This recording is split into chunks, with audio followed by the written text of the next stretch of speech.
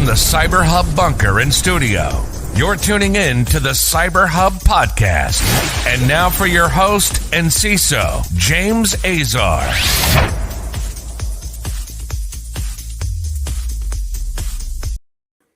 Hey everyone, good morning. It's Monday, March 29th, 2021. James Azar here for your Practitioner Brief. Thanks so much for tuning in. We are live on Facebook, LinkedIn, and YouTube. If you have not subscribed, please make sure to do so right now. You can comment while we're live on the show, and we will bring you all the latest and greatest. We have a lot to cover today. We have a very, very, very busy show.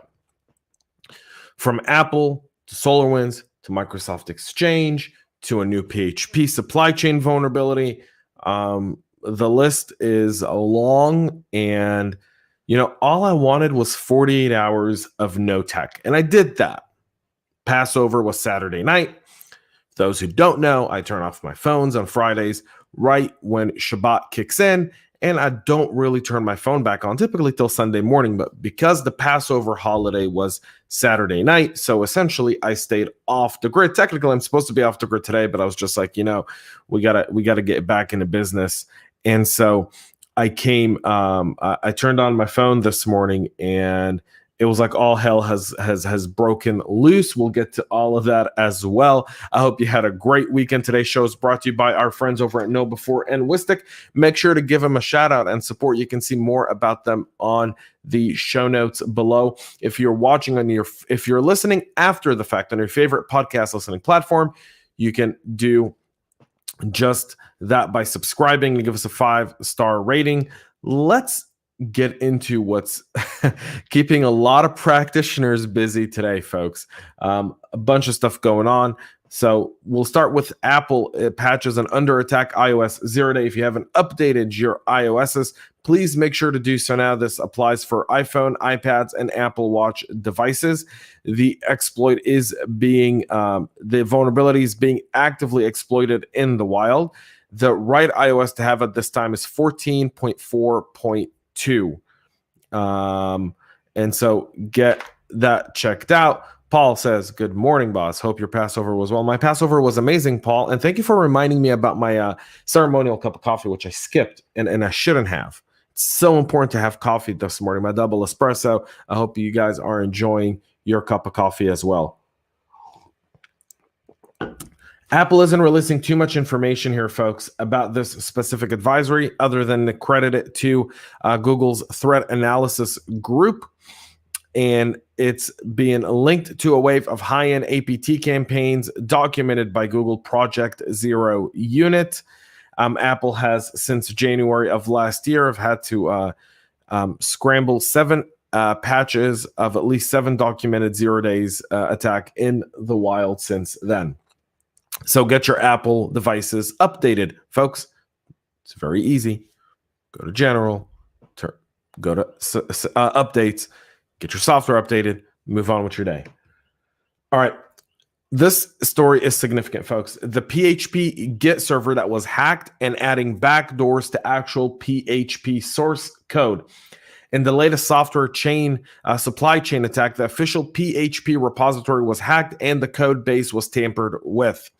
So in an attempt to compromise the PHP code base, 2 malicious commits were pushed to the official PHP Git repository yesterday. The incident is alarming considering PHP remains the server-side programming language to power over 79% of the websites on the internet. In the malicious commits seen by Bleeping Computer, the attackers published a mysterious change upstream fix typo under the pretense this was a minor typographical correction. However, it wasn't so simple.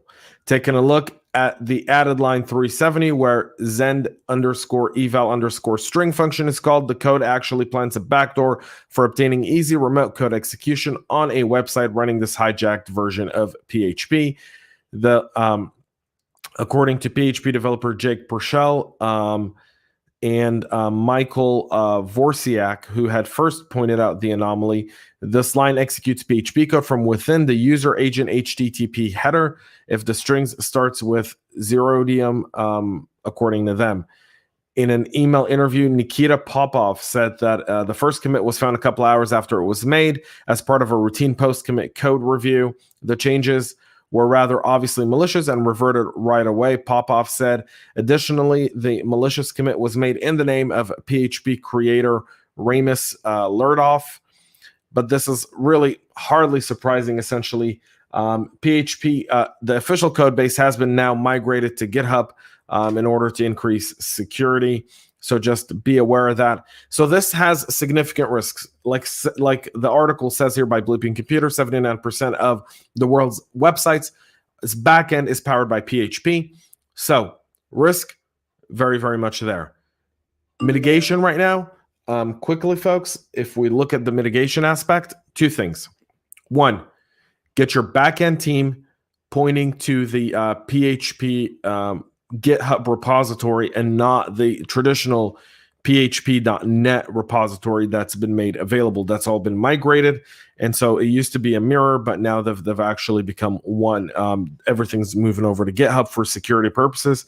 And that's very smart. Number two, beyond that, run a basic vulnerability and run a basic vulnerability scan on your website. Run a basic, review your site's activity since this happened yesterday to today to ensure nothing has taken place. In that small period of time, chances are nothing happened, but at the same time, you just want to be safe here. We move on to our next story today, and like I said, we've got a lot of things to cover, folks. So patience is key today. Microsoft does share intelligence on the post-compromise activities. According to Microsoft 365 Defender Threat Intel team, Microsoft has continued to monitor and investigate, and now they've released mitigating post-exploitation activities. The first known attack was leveraging the Exchange server vulnerabilities whereby the nation-state actor Hafnium, which is attributed to China. In the 3 weeks after the Exchange server vulnerabilities were disclosed and the security updates were released, Microsoft saw numerous other attackers adopting the exploit into their toolkit. Attackers are known to rapidly work to reverse engineer patches and develop exploits. In the case of a remote code execution vulnerability, the rewards are high for attackers who can gain access. From web shells to human-operated ransomware to credential theft, everything here is highlighted. Including the crypto ransomware that's in there as well, and how it's operating within your system. It's a very, very long piece right here by Microsoft.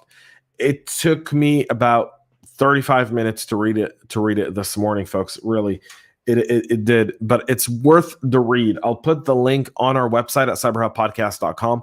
I'll also put the link in the show notes here after I get off the air. We'll make sure to have it below in the show notes for those watching on YouTube. So you want to get this looked at, folks, because there's a few different things that are going on. One, there's the Doujao crypt command, which is significant. There's also the Lemon Duck botnet, which is a known cryptocurrency botnet. And it does go through, it can get through to your Exchange system from there. If they moved laterally, they got into your Azure system, or if they got into your AWS or any of your cloud systems, they're literally running a botnet making crypto off of you. There's the PyDimer ransomware. Again, folks, this is all part of the Exchange, Microsoft Exchange post exploitation report here of all the things they're seeing being taken advantage of there as well. Credential theft, turf wars, and dodged persistence. Here's one common thing, okay? And I'll say this. I haven't been online for 48 hours, all right? So I'm just going to start off with this premise here. I haven't been online since about Friday afternoon. Came back online today, so a little over 48 hours, really. Patching Exchange doesn't mean the threat is away. Doesn't mean the threat is gone. It just means that no one else can get in. You still have to go in. You still have to launch your incident response team, and you still have to dig through. It's a lot of work. It is, but there's no other way around it. There's no shortcuts on this one, folks. The Microsoft doctrine is alive and well. Microsoft has done an amazing job of sharing information. Use it. Give it to your IR team so at least they can start looking for what's known before they start looking for a needle in a haystack. So just keep that in mind, folks, please. We move on to the next one, a new code execution flaw in SolarWinds Orion platform. SolarWinds can't seem to keep their names out of headlines no matter how hard they try. SolarWinds shipped a major security update to fix at least 4 documented security vulnerabilities, including a pair of bugs that can be exploited for remote code execution attacks. The patches were pushed out Thursday as part of a minor security makeover of the Orion platform, which was used to compromise. The latest Orion platform 2020.2.5 addresses at least 4 security flaws, 1 rated critical because of the risk of remote code execution attacks. The company did not release technical details of the vulnerability, which does not yet have a CVE assigned.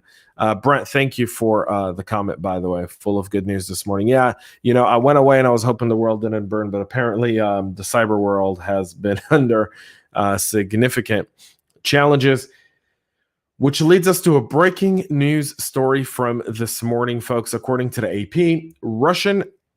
suspected Russian hackers gained access to email accounts belonging to President Trump's administration and head of the Department of Homeland Security and members of the department's cybersecurity staff, whose jobs included hunting threats from foreign countries, according to the AP. The intelligence value of the hacking of then acting Secretary Chad Wolf and his staff is not publicly known, although it appears that this was done long before Chad Wolf was appointed as a temporary acting DHS secretary.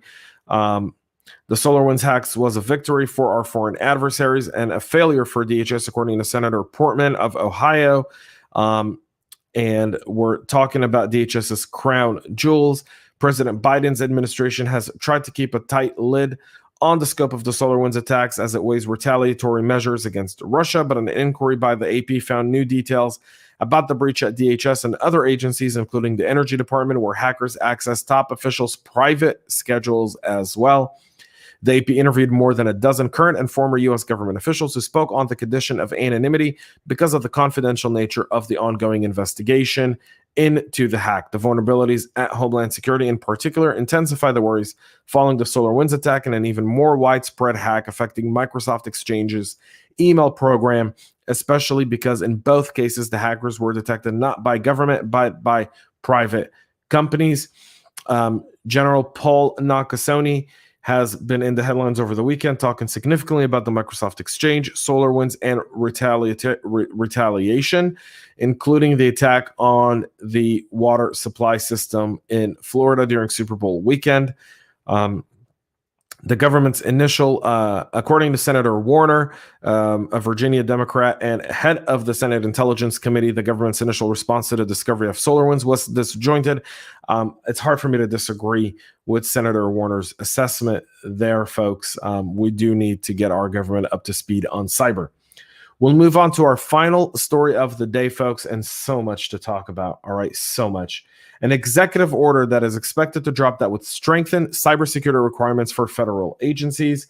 The post-SolarWinds executive order could be issued as soon as next week, according to our reports, with the U.S. federal government mulling changes to up its cybersecurity software game in the wake of a sprawling SolarWinds cyber attack that came in to light in December, including requiring data breach notification. In a draft executive order from President Joe Biden, software companies would be required to disclose any security issues to government users, according to a report from Reuters. This seems almost rudimentary because they already do this.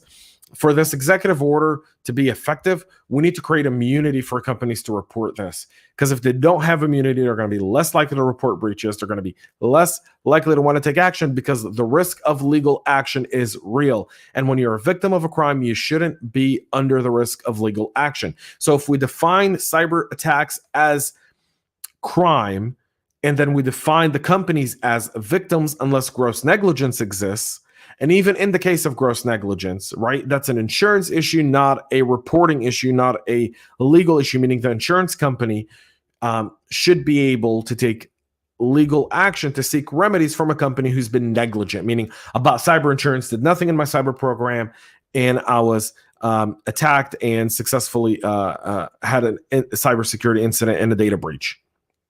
At that point, let the insurance company versus the organization that was a victim of the crime, battle it out in court. What we need to avoid is creating an ambulance chasing market for companies that are victims of cybersecurity attacks.